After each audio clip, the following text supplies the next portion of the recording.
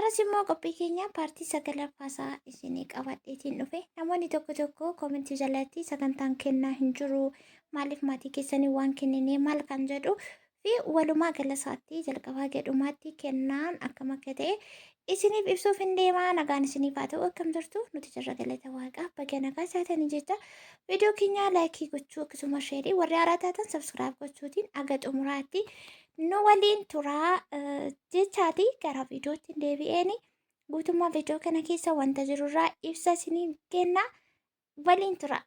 Egaa viidiyoo kanaan duraa irrattis immoo baay'ee isaa dudubbadhee aga xumuraatti yoo dhageessaniitu ta'e namni hunduu mana keenyaaf keessummaadha waan ta'eef yoo nuti kaanee kun as jiraa kan akkas godhaa hin jennu taanaan namni keessummaa yeroo ta'u mana keessa hin wallaalan sodaata. Kanaaf taa'anii shirribittiin jechuun hin jiru. Kun obbo Gammeen ergaa misa yookaan laaqanni nyaatamee sagantaan nyaataa ganamarraa kadhataa erga xumuramee booda isiniin jedhee ture viidiyoo paartii 8ffaa yookaan 7ffaa ta'uu hin beeku.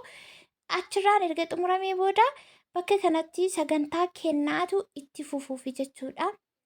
Sagantaan kennaa gaafan isiniin jedhu kan maatii keenya ta'an taane namoota asitti dhufanii kennaa baay'eetu kenname, garuu kan waraabamni jira, kan waraabames jira, kan ganaa viidiyoo isin biraan qaqqabsiisullee jira. Kunooti gaa namoonni keessa deddeeman immoo warra nyaata barbaadanii nyaata, warra nyaatanii kaasanii irraa kakkaasaati. Haala kanaanii obbo Gammeen immoo beesti fireendota isaa dudubbisaa maal jechaatee jira jechuudha. Namni laaqana nyaannaanii waan isarraa eegamu raawwatee yaa'aatii jira.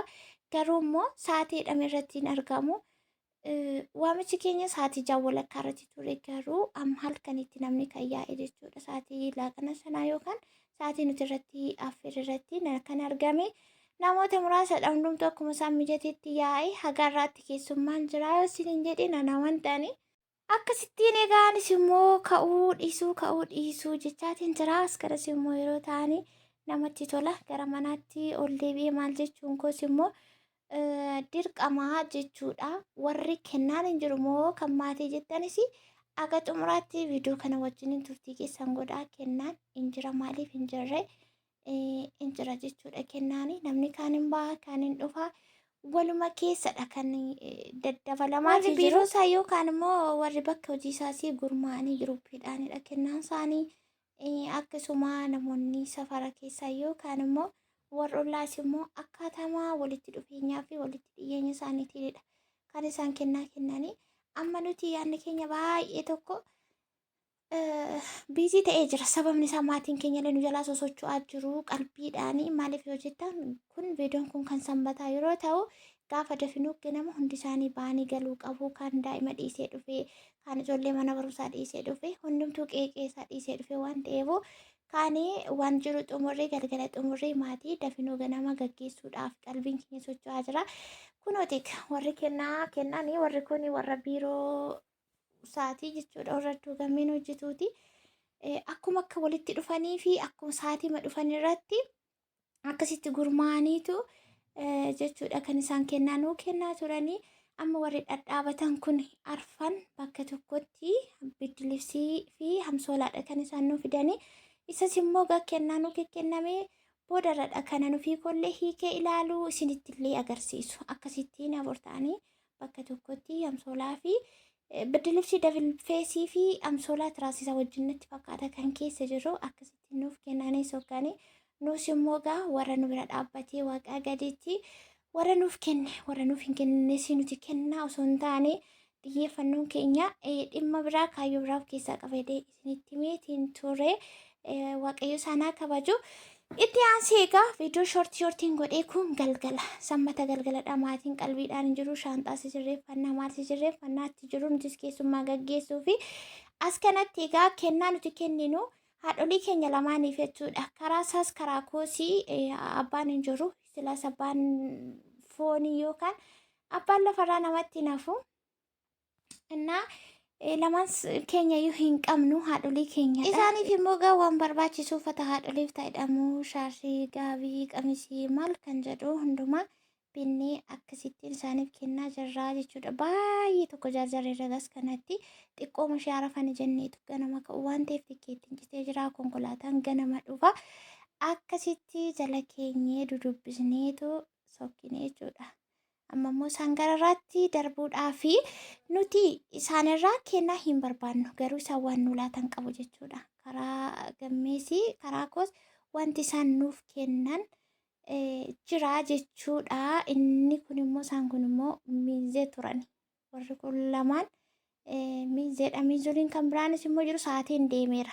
Yeroo ammaa kanatti namni halkan yoo fagaatee yoo barfatee sa'aatii tokko halkan keessa sa'aatii tokkotti caalaa alan turu kanaachi baay'ee ulfaata. Akka durii sana aga sa'aatii 4-5 irra taa'anii qararaa odeessaa wareessaa oolanii halkan taphatamanii hin jiru waan akkasii jechuudha. Uummanni galee uumee warri jiran immoo isaan kanadha. Isaan kun lamaan miizee jechuudha.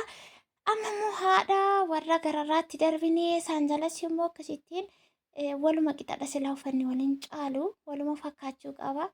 Akkasitti isaan irras immoo teenye jala argitan miti irra jala teenye akkasitti isaanis immoo waan nu kennan qabu jechuudha.